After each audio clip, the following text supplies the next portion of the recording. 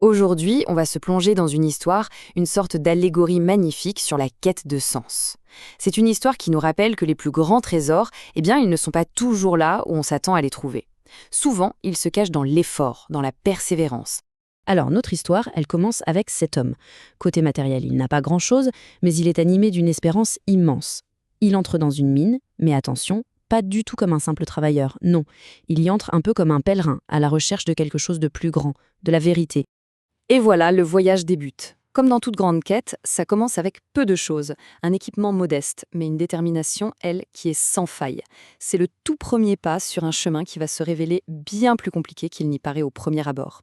Dans le noir complet de la mine, sa seule et unique alliée, c'est une lampe. La flamme est toute fragile, c'est vrai, mais elle symbolise parfaitement cette petite lueur d'espoir, de foi, qui nous guide quand tout autour semble perdu. Et on comprend très vite que cette lampe, c'est bien plus qu'un objet. En fait, elle représente la parole, la connaissance sacrée.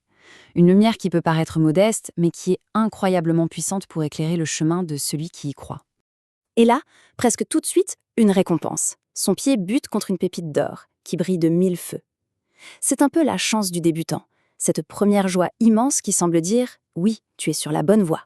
Face à cette trouvaille si facile, il se pose une question un peu naïve. Mais est-ce que c'est aussi simple que ça? Il s'imagine déjà un chemin pavé d'or où les trésors se donnent à lui sans effort. C'est une illusion, finalement, que beaucoup partagent au début d'une quête. Sauf que la mine a d'autres leçons en réserve. Très vite, le sol redevient vide. L'or facile a tout simplement disparu. Et avec lui, cette belle certitude du début. Le doute commence alors à s'installer. C'est précisément là que la véritable épreuve commence. Quand l'or facile n'est plus là, la quête change complètement de nature. Le défi, ce n'est plus de trouver, c'est de continuer à chercher malgré tout. Et là, la question fatidique finit par arriver. Et si tout ça n'était qu'un mensonge? C'est vraiment le tournant de toute quête spirituelle. Ce moment où la foi est mise à l'épreuve, où il faut faire un choix. Soit on abandonne, soit on décide de chercher plus en profondeur. C'est à ce moment-là, au fond du désespoir, qu'une nouvelle lueur apparaît. Ce n'est pas une pépite posée par terre, non. C'est une petite étincelle, un reflet fragile, caché au cœur même de la roche. Le trésor n'est plus quelque chose qu'on ramasse, mais quelque chose qu'il faut aller extraire. Et la différence entre ces deux types d'or, elle est fondamentale. D'un côté, on a le trésor trouvé par chance, un peu comme un cadeau du ciel. De l'autre, on a celui qui se mérite, qui est le fruit de la ténacité, de la persévérance face à la difficulté. La leçon est limpide. Certains trésors, les plus précieux, ne s'offrent pas au premier venu, au passant distrait. Ils demandent un engagement total. Il comprend qu'il doit devenir un vrai mineur, armé non seulement de sa lampe, mais aussi d'une pioche, et surtout d'une volonté de faire. Cette prise de conscience est un vrai tournant. Sa recherche devient une sorte de science, une discipline. Il ne s'agit plus de marcher au hasard, il faut maintenant apprendre les secrets de la mine, développer une méthode pour percer ses mystères. Et les périodes de silence, d'obscurité, sont longues, vraiment longues. Le découragement n'est jamais loin. Mais au milieu de cette épreuve, il y a une chose qui ne faiblit jamais, c'est la lueur de sa lampe. Sa foi, elle, continue de briller, sans arrêt. Sa stratégie change donc complètement. Il apprend à persévérer, même quand il n'y a aucun résultat, à s'adapter, à chercher ailleurs, sous un autre angle. Et surtout, il apprend à écouter. Dans le grand silence, il commence à sentir une présence, un guide invisible qui lui enseigne l'art de discerner.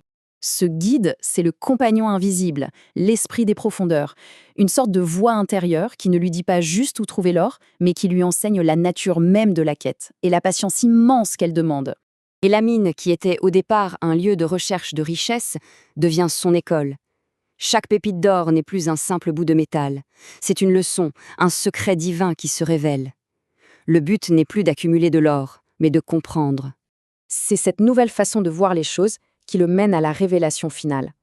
Il réalise qu'il y a un trésor bien plus grand, bien plus précieux que l'or qu'il était venu chercher.